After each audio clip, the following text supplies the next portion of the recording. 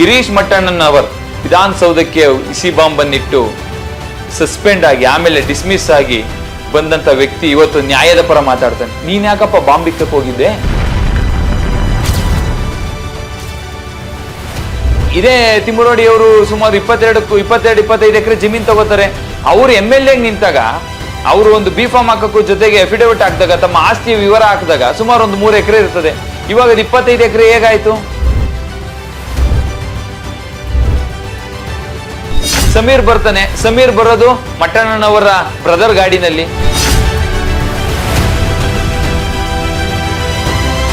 ಬೆಳಗಿನ ಸಂಜೆನಾಗ ಬಂದ್ಬಿಟ್ಟು ಗುಂಡಿ ತೋರ್ಸೋನು, ಸಂಜೆ ವಾಪಸ್ ಎಲ್ಲೋ ಹೋಗ್ಬಿಡೋನು. ಎಲ್ಲೋ ಹೋಗೋನು?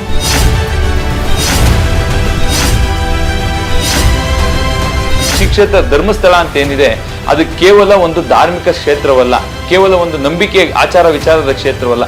ಈ ರಾಷ್ಟ್ರದ ಅಸ್ಮಿತೆ, ಈ ರಾಜ್ಯದ ಅಸ್ಮಿತೆ. ಇವತ್ತು ಸಮೀರ್ ಮಾತಾಡಿರ್ತಕ್ಕಂಥದ್ದು AI ವಿಡಿಯೋ ಸಂಪೂರ್ಣ ಸುಳ್ಳು ಅಂತ ಬಯಲಾಗಿದೆ.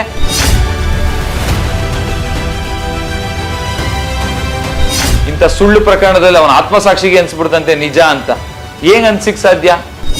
ಮೊದಲನೇದಾಗಿ ಸರ್, ವಕೀಲರು ಯಾಕೆ ಈ ವಿಚಾರವನ್ನ ಗಮನಿಸಬೇಕು, ಯಾಕೆ ವಕೀಲರು ಇದರಲ್ಲಿ ಭಾಗಿಯಾಗಬೇಕು ಅನ್ನೋದಕ್ಕೆ ನಾನು ಕೆಲವೊಂದು ಮಾತನ್ನು ಹೇಳಲಿಕ್ಕೆ ಇಷ್ಟಪಡ್ತೇನೆ. ಹಲವಾರು ಜನ ಹೇಳ್ತಾರೆ ವಕೀಲರಿಗೆ ಏನಕ್ಕಿದ್ರ ಅಗತ್ಯ ಏನಿದೆ, ವಕೀಲರು ಕೇವಲ ನ್ಯಾಯಾಲಯದಲ್ಲಿ ಇರಬೇಕು ಅಂತ. ನಾನು ಹೇಳಲಿಕ್ಕೆ ಇಷ್ಟಪಡ್ತೇನೆ, ವಕೀಲ ಏನಾದರೂ ಬೀದಿಗೆ ಇಳಿಲಿಲ್ಲ ಅಂದಿದ್ರೆ, ಸೋಷಿಯಲ್ ಕಾಸಿಗೆ ಕೆಲಸ ಮಾಡಿಲ್ಲ ಅಂದಿದ್ರೆ ಅಂಬೇಡ್ಕರ್ನಂತ ಮಹಾನ್ ಚೇತನರು ಹುಡ್ತಾ ಇರಲಿಲ್ಲ. ಅಂತ ವಕೀಲರು ನಾನು ಬೇರೆ ಪ್ರಾಕ್ಟೀಸ್ ಮಾಡ್ಕೊಂಡು ಉಳಿತೀನಿ ಅಂತ ಹೇಳಿದ್ರೆ ಭಾರತಕ್ಕೆ ಸಂವಿಧಾನ ಸಿಗ್ತಾ ಇರಲಿಲ್ಲ.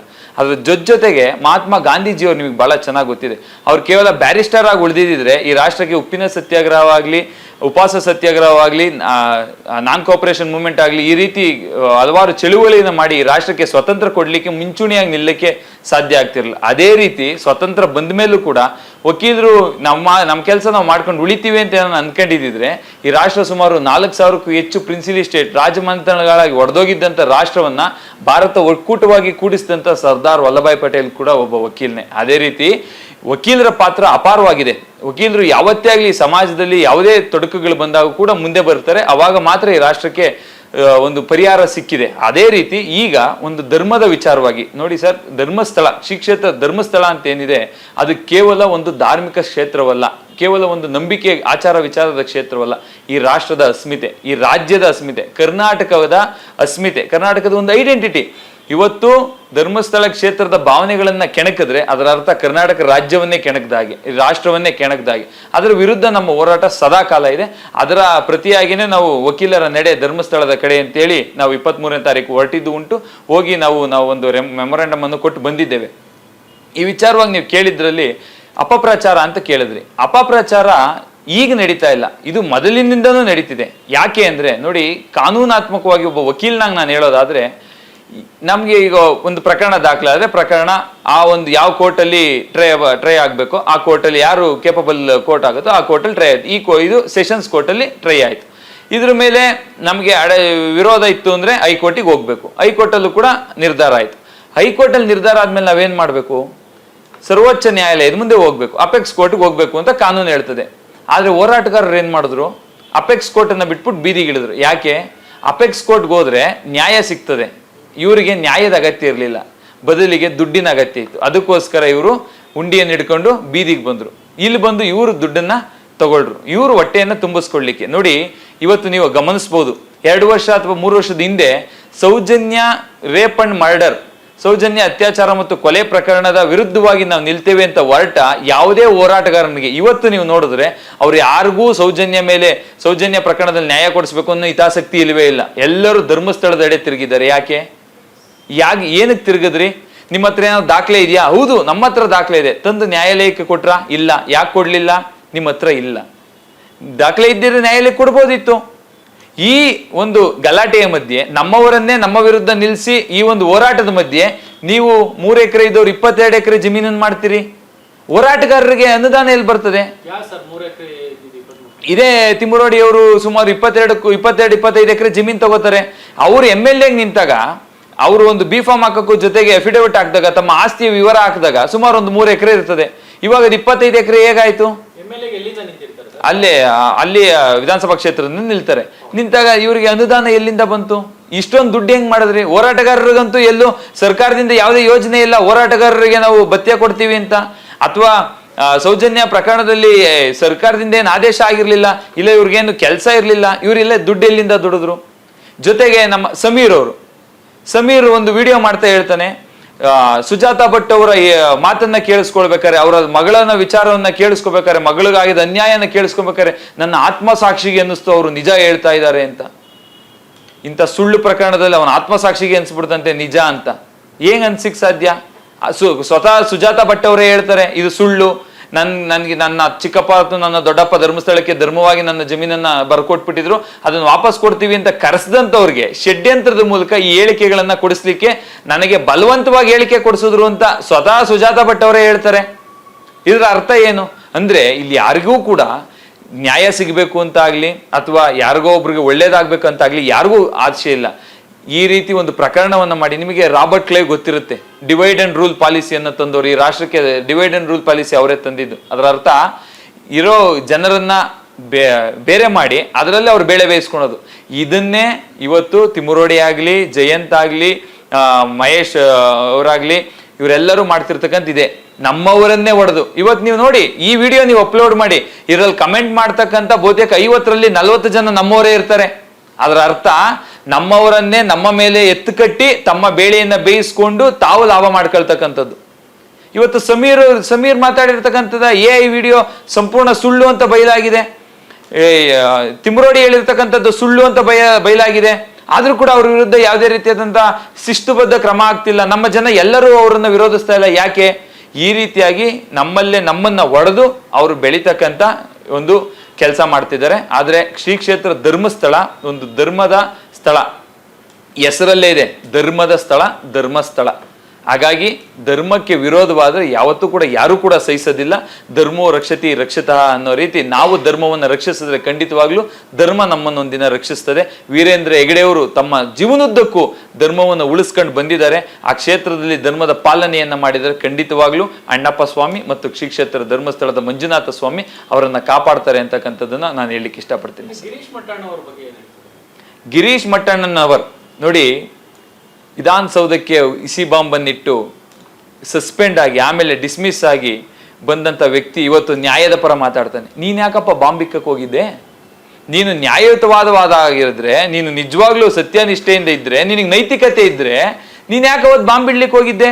ನಾನು ಹೇಳಲಿಕ್ಕೆ ಇಷ್ಟಪಡ್ತೀನಿ. ಇವತ್ತು SIT ಮುಂದೆ ಒಬ್ಬ ಬಂದ, ಒಂದು ಬುರುಡೆಯನ್ನು ತಂದ್ಬಿಟ್ಟು ಹೇಳ್ದ, ನಾನು ಇಲ್ಲಿ ಉಣಿದ್ದೇನೆ, ನಾನು ಉಣಿರೋದ್ರಿಂದ ಇನ್ನೂ ಒಂದಷ್ಟು 100 ಹೆಣಗಳನ್ನ ನಾನು ಉಣಿದ್ದೇನೆ, ಇದನ್ನೆಲ್ಲ ಅಗಿರಿ ಅಂತ. ಅಗದ್ರಲ್ವಾ?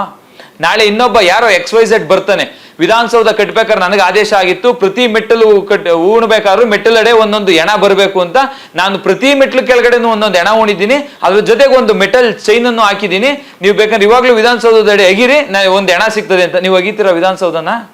ಏನಂತೀರಿ? ಇವನೊಬ್ಬ ಹುಚ್ಚ ಅಂತೀರಿ. ಯಾಕೆ ಈ ಪ್ರಕರಣದ ಹುಚ್ಚ ಅನ್ಲಿಲ್ಲ? ಇದ್ರ ಮೂಲಕನೇ ಸಾಬೀತಾಗ್ತದೆ ಇದ್ರ ಮಧ್ಯೆ ಷಡ್ಯಂತ್ರ ಇದೆ. ಷಡ್ಯಂತ್ರ ಸ್ಪಷ್ಟವಾಗಿದೆ. ನೋಡಿ, ನಾನೊಬ್ಬ ವಕೀಲನಾಗಿ ನಿಮ್ಗೆ ಹೇಳಲಿಕ್ಕೆ ಇಷ್ಟಪಡ್ತೇನೆ, ಯಾವುದೇ ಪ್ರಕರಣವನ್ನ ನಾವು ನೋಡ್ಬೇಕಾದ್ರೆ ಪ್ರಕರಣದ ಹೀನತೆ ಮೇಲೆ ನೋಡ್ಬೇಕು. ಪ್ರಕರಣ ಎಷ್ಟು ತೀವ್ರವಾಗಿ ನಡೆದಿದೆ, ಪ್ರಕರಣ ಈ ಸಮಾಜಕ್ಕೆ ಎಷ್ಟು ಕೆಟ್ಟ ಸಂದೇಶವನ್ನ ಕೊಟ್ಟಿದೆ, ಪ್ರಕರಣದಿಂದ ಸಮಾಜಕ್ಕೆ ಎಷ್ಟು ಕೆಟ್ಟ ಪರಿಣಾಮ ಬೀರಿದೆ, ಅದ್ರ ಮೇಲೆ ನೋಡ್ಬೇಕೆ ಹೊರತು ಯಾರ ಮೇಲೆ ಆರೋಪ ಆಗಿದೆ ಅನ್ನೋದ್ರ ಮೇಲೆ ನೋಡಬಾರ್ದು. ಯಾಕೆ ಇದು ನಗದಿದ್ದು? ಕೇವಲ ಧರ್ಮಸ್ಥಳದ ವಿರುದ್ಧವಾಗಿ ಬಂತು ಅನ್ನೋ ಒಂದೇ ಕಾರಣಕ್ಕೆ ಇವ್ರು ಅಗದ್ರೆ ಹೊರತು XYZ ಮಾಡಿದಾನೆ ಅಂದ್ರೆ ಇವ್ರು ಅಗಿತಾ ಇರ್ಲಿಲ್ಲ. ಇದೇ ರೀತಿ ಹಲವಾರು ಪ್ರಕರಣಗಳಿದಾವೆ. ಇವತ್ತು ಸುದ್ದಿ ಮಾಧ್ಯಮಗಳಲ್ಲಾಗ್ಲಿ ಒಂದು ತನಿಖಾ ತಂಡಗಳೇನಾಗ್ತಾ ಇದಾವೆ, ಪೊಲೀಸ್ ತನಿಖಾ ತಂಡಗಳು ಪ್ರಕರಣದ ಹೀನತೆ ಮೇಲೆ ನೋಡ್ತಾ ಇಲ್ಲ. ಇದೇ ಬಿಡದಿಯಲ್ಲಿ ರೇಪ್ ಅಂಡ್ ಮರ್ಡರ್ ಆಯ್ತು. ಕಿವಿಡಿ ಮತ್ತು ಮೂಗಿಯನ್ನ ರೇಪ್ ಅಂಡ್ ಮರ್ಡರ್ ಮಾಡಿ ಹಾಡಾಗಲೇ ರೈಲ್ವೆ ಹಳಿ ಪಕ್ಕದಲ್ಲಿ ಚರಂಡಿಯಲ್ಲಿ ಎಸ್ದು ಹೋಗ್ಲಾಯ್ತು. ಇದರಿಂದ ಸಮಾಜಕ್ಕೆ ಎಂತ ಪರಿಣಾಮ ಬೀರ್ತದೆ? ಒಂದು ಹೆಣ್ಮಕ್ಳು ಸಮಾಜದಲ್ಲಿ ನಿರ್ಭಯವಾಗಿ ಓಡಾಡ್ಲಿಕ್ಕೆ ತೊಂದರೆ ಆಗ್ತದೆ, ಆ ಏರಿಯಾದಲ್ಲಿ ಓಡಾಡ್ಲಿಕ್ಕೆ ಎದುರ್ಕಂತಾರೆ. ಇದರಿಂದ ಪರಿಣಾಮ ಬೀರ್ಲಿಲ್ವೋ? ಇದ್ರ ವಿರುದ್ಧ ಯಾಕೆ ನೀವು ಕ್ರಮ ತಾಣ್ಲಿಲ್ಲ? ಇದ್ಯಾಕೆ ಸುದ್ದಿ ಮಾಧ್ಯಮದಲ್ಲಿ ಬರ್ಲಿಲ್ಲ? ಇದು 10:30 ಮೇಲ್ ಬರ್ತದೆ, 10:30 11 ಗಂಟೆ ಮೇಲ್ ಬರ್ತದೆ, ಯಾರು ನೋಡದೇ ಇರೋ ಸಂದರ್ಭದಲ್ಲಿ. ಇದ್ರ ಬಗ್ಗೆ ಯಾಕೆ ಯಾರು ಗಮನ ಹರಿಸ್ತಾ ಇಲ್ಲ? ಹಾಗಾಗಿ ನಾನೊಬ್ಬ ವಕೀಲನಾಗಿ ಹೇಳಲಿಕ್ಕೆ ಇಷ್ಟಪಡೋದು, ಪ್ರಕರಣವನ್ನು ಯಾವತ್ತೇ ಆಗ್ಲಿ ಪ್ರಕರಣದ ಹೀನತೆ ಮೇಲೆ, ಪ್ರಕರಣದ ದಾಖಲಾತಿ ಮೇಲೆ, ಪ್ರಕರಣದ ತೀವ್ರತೆ ಮೇಲೆ ನೋಡಿ ಹೊರತು ಯಾರ ಮೇಲೆ ಆರೋಪ ಮಾಡಲಾಗಿದೆ, XYZ ದೊಡ್ಡವನ, ಇದೇ ಪ್ರಮುಖ ಆರೋಪ ಅನ್ನೋ ರೀತಿ ಮಾಡಬೇಡಿ ಅನ್ನೋದು ನನ್ನ ಒಂದು ಇದು ಮಾತು. ಸರ್, ಇನ್ನು ಕಡೆಯದಾಗಿ ಸೌಜನ್ಯ ಅವರ ತಾಯಿಗೆ ಏನ್ ಹೇಳ್ಬೋದು ಸರ್? ಯಾಕಂದ್ರೆ ಈಗ ಅವ್ರ ತಂದೆ ಕೂಡ ಇಲ್ಲ, ಆ ತಾಯಿಗೆ ಏನ್ ಹೇಳ್ಬೋದು ಸರ್? ನಾನು ಅತ್ಯಂತ ಡ್ಯೂ ರೆಸ್ಪೆಕ್ಟ್, ನಾನು ಅತ್ಯಂತ ಗೌರವದಿಂದ ತಾಯಿಗೆ ಹೇಳಲಿಕ್ಕೆ ಇಷ್ಟಪಡ್ತೇನೆ. ನೋಡಿ, ನಿಮ್ಗೆ ಅನ್ಯಾಯ ಆಗಿದೆಯಾ? ಅನ್ಯಾಯವಾದಲ್ಲಿ ಕಾನೂನುಬದ್ಧವಾಗಿ ನಿಮ್ಗೆ ಯಾವ್ಯಾವ ರೀತಿಯಾದಂಥ ಕ್ರಮ ತೆಗೆದುಕೊಳ್ಬೇಕೋ, ಕಾನೂನುಬದ್ಧವಾಗಿ ನಿಮ್ಗೆ ಯಾವ್ಯಾವ ರೀತಿ ಅವಕಾಶ ಇದೆಯೋ ಅದನ್ನ ಬಳಸ್ಕೊಳ್ಳಿ. ಅದನ್ನ ಬಿಟ್ಬಿಟ್ಟು ಇವ್ರು ಯಾರೋ ಹೋರಾಟಗಾರರು ಬಂದ್ರು, ಇವ್ರು ನಮ್ಮ ಜೊತೆ ನಿಲ್ತಾರೆ ಅಂತ ನಂಬಿಬೇಡಿ. ಇವತ್ತಿಗೂ ನನಗೂ ಒಂದು ಅನುಮಾನ ಇದೆ. ಅವರು ಇವರೇ ಹೇಳಿರ್ತಕ್ಕಂಥ ಕಥೆಗಳ ಪ್ರಕಾರ, ಇವರೇ ಎಣೆದಿರ್ತಕ್ಕಂಥ ಒಂದು ಸ್ಟೋರಿ ಪ್ರಕಾರ ಅವರೊಂದು ಗುಡಿಸ್ಲಲ್ಲಿದ್ರು, ಅತ್ಯಂತ ಬಡತನದಲ್ಲಿದ್ರು ಅಂತ. ಇವತ್ತು 3 ಫ್ಲೋರ್ ಮನೆ ಹೆಂಗಾಯ್ತು? ಸಾಲ ತಗೊಂಡ್ರು ಅಂತ ಹೇಳ್ತಾರೆ. ಸಾಲ ತಗೊಳ್ಳಿಕ್ಕೆ ಯಾವುದೇ ಬ್ಯಾಂಕ್ ಕೂಡ ಸಾಲವನ್ನ ಸುಮ್ಮನೆ ಕೊಡೋದಿಲ್ಲ. ಇವ್ರು ಫೈನಾನ್ಷಿಯಲಿ ಸ್ಟೇಬಲ್ ಅಂತ ತೋರಿಸಿದ್ರೆ ಮಾತ್ರ ಸಾಲ ಕೊಡ್ತದೆ. ಇವ್ರು ಯಾವ ರೀತಿ ತೋರ್ಸ್ಲಿಕ್ಕೆ ಸಾಧ್ಯ ಆಯ್ತು? ಇದು ಇವತ್ತಿಗೂ ಯಕ್ಷ ಪ್ರಶ್ನೆಯಾಗಿ ಉಳಿದಿದೆ. ನಾನು ಯಕ್ಷ ಪ್ರಶ್ನೆಯಾಗಿ ಉಳಿಸ್ಲಿಕ್ಕೆ ಇಷ್ಟಪಡ್ತೇನೆ. ಇದಕ್ಕೆ ಇವತ್ತವರೆಗೂ ಉತ್ತರ ಸಿಕ್ಕಿಲ್ಲ. ಇನ್ನು ಒಂದಷ್ಟು ಜನ ಇವಾಗ ಈ ಒಂದು ವಿಡಿಯೋ ಹಾಕಿದ್ಮೇಲೆ ಒಂದಷ್ಟು ಜನ ರಿಪ್ಲೈ ಮಾಡ್ತಾರೆ, ತೀರ್ಕೊಂಡಿರ್ತಕ್ಕಂಥ ಈಗ ರೇಪ್ ಅಂಡ್ ಮರ್ಡರ್ ಆಗಿರೋದು ಹಿಂದೂ ಮಹಿಳೆ ಅಲ್ವಾ ಅಂತ. ಯಾವುದೇ ಅಸ್ಥಿ ಸಿಗದೆ, ನೋಡಿ, ಒಂದು ಅಸ್ಥಿ ಸಿಕ್ಕಿಲ್ಲ, ಯಾವುದೇ ಬಾಡಿ ರಿಕವರಿ ಆಗಿಲ್ಲ, ಯಾವುದೇ ರೀತಿಯಾದಂಥ ಪುರಾವೆ ಸಿಕ್ಕಿಲ್ಲ, ಯಾವುದೇ ರೀತಿಯಾದಂಥ ಮೆಟೀರಿಯಲ್ ಎವಿಡೆನ್ಸ್ ಸಿಕ್ಕಿಲ್ಲ, ದೂರುದಾರ ಕೊಟ್ಟಿರ್ತಕ್ಕಂಥದ್ದು ಜೆನ್ಯೂನ್ನೆಸ್ ಇಲ್ವಾ ಅನ್ನೋದು ಗೊತ್ತಾಗಿಲ್ಲ. ಇಷ್ಟೇನು ಇಲ್ದೇನೆ ಇವ್ರು ಈ ಮಟ್ಟಿಗೆ ಹೋರಾಟ ಮಾಡ್ತಿದ್ದಾರೆ, ಈ ಮಟ್ಟಿಗೆ ಇದು ಸತ್ಯ ಅಂತ ಜನರಲ್ಲಿ ಮೂಡಿಸ್ತಿದ್ದಾರೆ ಅಂದ್ರೆ ಇದರಿಂದ ಎಷ್ಟರ ಮಟ್ಟಿಗೆ ಪ್ರಾಪಗಂಡ ಇದೆ ಅನ್ನೋದನ್ನ ನೀವೆಲ್ಲ ಅರ್ಥ ಮಾಡ್ಕೋಬೇಕಾಗಿದೆ. ಯಾವ ಮಟ್ಟಿಗೆ ಇವರು ಷಡ್ಯಂತ್ರವನ್ನ ಮಾಡ್ತಿದ್ದಾರೆ, ಯಾವ ಮಟ್ಟಿಗೆ ಇವರು ಈ ರೀತಿ ಪ್ಲಾನ್ ಅನ್ನ ಮಾಡಿದರೆ, ಕುಂತು ಪ್ಲಾನ್ ಅನ್ನ ಮಾಡ್ತಾರೆ ಅಂತ. ಉದಾಹರಣೆಗೆ ದೂರುದಾರ ಬೆಳಗಿನ ಸಂಜೆನಾಗ ಬಂದ್ಬಿಟ್ಟು ಗುಂಡಿ ತೋರ್ಸೋನು, ಸಂಜೆ ವಾಪಸ್ ಎಲ್ಲೋ ಹೋಗ್ಬಿಡೋನು. ಎಲ್ಲೋ ಹೋಗೋನು ಗೊತ್ತಿಲ್ಲ. ತಿರ್ಗಾ ಬೆಳಗ್ಗೆ ಅಷ್ಟೇ ರಿಫ್ರೆಶ್ ಆಗಿ ರೆಡಿ ಆಗಿ ಬರೋನು. ರಾತ್ರಿ ಎಲ್ಲ ಅವ್ನಿಗೆ ಯಾರು ಪಾಠ ಮಾಡ್ತಾ ಇದ್ರು, ಯಾರು ಅವನಿಗೆ ಎಲ್ಲ ಲೆಕ್ಕಾಚಾರ ಮಾಡಿಸ್ತಾ ಇದ್ರು, ಯಾರು ಅವನಿಗೆ ಚೆಕ್ ಬಂದಿ ಹಾಕ್ಬಿಟ್ಟು ಕಳಿಸ್ತಾ ಇದ್ರು, ಅದನ್ನೆಲ್ಲ ನಾವು ಆಲೋಚನೆ ಮಾಡಬೇಕಾಗಿದೆ. ಆಮೇಲೆ ನ್ಯಾಯ ಇವಾಗ ಇದಕ್ಕೆ ಸ್ಟೇಷನ್ಗೆ ತನಿಖೆಗೆ ಬರ್ತಿದ್ದಾರೆ. ಒಂದ್ ಕಡೆ ಹೇಳ್ತಾರೆ ನಮ್ಗೆ ಇವ್ರಿಗೆ ಯಾರಿಗೂ ಸಂಬಂಧ ಇಲ್ಲ ಅಂತ. ಸಮೀರ್ ಬರ್ತಾನೆ. ಸಮೀರ್ ಬರೋದು ಮಟ್ಟಣ್ಣನವರ ಬ್ರದರ್ ಗಾಡಿನಲ್ಲಿ. ಹೆಂಗೆ ಇವರೆಲ್ಲರೂ ಹೆಂಗೆ ಸ್ನೇಹಿತರಾದ್ರು? ಇವರೆಲ್ಲ ಒಂದಾಗಿ ಹೆಂಗ್ ಬರ್ಲಿಕ್ಕೆ ಸಾಧ್ಯ? ಸಮೀರ್ ಹತ್ರ ಗಾಡಿ ಇಲ್ವಾ? ಸಮೀರ್ ಯಾಕೆ ಅವ್ರ ಜೊತೆನೆ ಬರ್ತಿದ್ದಾನೆ? ಇವ್ರು 3 ಜನ ಒಟ್ಟಾಗಿ ನಮ್ಗೇನು ಗೊತ್ತೇ ಇಲ್ಲ ಅಂತಾರೆ, ಆದ್ರೆ ಒಟ್ಟಾಗಿ ಹೆಂಗಿರ್ಲಿಕ್ಕೆ ಸಾಧ್ಯ? ಈ ಎಲ್ಲಾ ವಿಚಾರ. ದೂರದಾರ ಬರ್ಬೇಕಾದ್ರೆ ಇವ್ರದೇ ಒಂದು ಗಾಡಿಯಲ್ಲಿ ಬರ್ತಾನೆ. ಸಂಘಟನೆ ಇವ್ರು ಯಾರು ಹೋರಾಟಗಾರರು ಅಂತ ಹೇಳ್ತಾರೆ ಅವ್ರ ಗಾಡಿಯಲ್ಲಿ ಬರ್ತಾನೆ. ಅಂದ್ರೆ ದೂರುದಾರನಿಗೆ ಪ್ರಚೋದನೆ ಆಗಿದೆ, ದೂರುದಾರನಿಗೆ ಒಳಸಂಚನ ಮುಂಚೆನೆ ಹೇಳ್ಕೊಳ್ಳಲಾಗಿದೆ, ದೂರುದಾರನಿಗೆ ಪಾಠ ಮಾಡಲಾಗಿದೆ, ದೂರುದಾರ ಇಸ್ ಆಲ್ರೆಡಿ ವೆಲ್ ಇನ್ಸ್ಟ್ರಕ್ಟೆಡ್. ಇದೆಲ್ಲವನ್ನು ಕೂಡ SIT ಗಮನಿಸಬೇಕಾಗ್ತದೆ. ಕೊನೆಯಲ್ಲಿ ನಾನು SIT ಒಂದು ಮಾತನ್ನು ಹೇಳಲಿಕ್ಕೆ ಇಷ್ಟಪಡ್ತೇನೆ, ಮಂಗಳೂರು ಪೊಲೀಸರಿಗೆ ಒಂದು ಮಾತು ಹೇಳಲಿಕ್ಕೆ ಇಷ್ಟಪಡ್ತೇನೆ. ಇಡೀ ರಾಷ್ಟ್ರದಲ್ಲಿ ಕರ್ನಾಟಕ ರಾಜ್ಯ ಪೊಲೀಸ್ ಒಂದು ಉನ್ನತವಾದ ಹೆಸರನ್ನು ಇಟ್ಕೊಂಡಿದೆ. ಮಂಗಳೂರು ಪೊಲೀಸ್ ಕೂಡ ಅತ್ಯಂತ ಒಳ್ಳೆಯ ಹೆಸರನ್ನು ಹೊಂದ್ಕೊಂಡು ಬಹಳ ತನಿಖೆಗಳಲ್ಲಿ ಅವರು ಒಳ್ಳೆಯ ಹೆಸರನ್ನು ಪಡೆದಿದ್ದಾರೆ. ಈ ತನಿಖೆಯನ್ನು ಕೂಡ ನೀವು ಅದೇ ರೀತಿ ನಡೆಸಿ, ಇದು ನಿಮ್ಮ ತನಿಖೆ ನಿಮ್ಮ ಕೆರಿಯರ್ ಅಲ್ಲೇ ಒಂದು ಮೈಲ್ ಸ್ಟೋನ್ ಆಗಬೇಕಾಗಿದೆ. ನಿಷ್ಪಕ್ಷಪಾತವಾಗಿ ಈ ತನಿಖೆಯನ್ನ ಮಾಡಿ ಸರಿಯಾದ ಅಪರಾಧಿಗಳನ್ನ ನೀವು ಹಿಡಿಬೇಕು ಅಂತೇಳಿ ನಾನು ಆಗ್ರಹಿಸ್ತೇನೆ ಸರ್.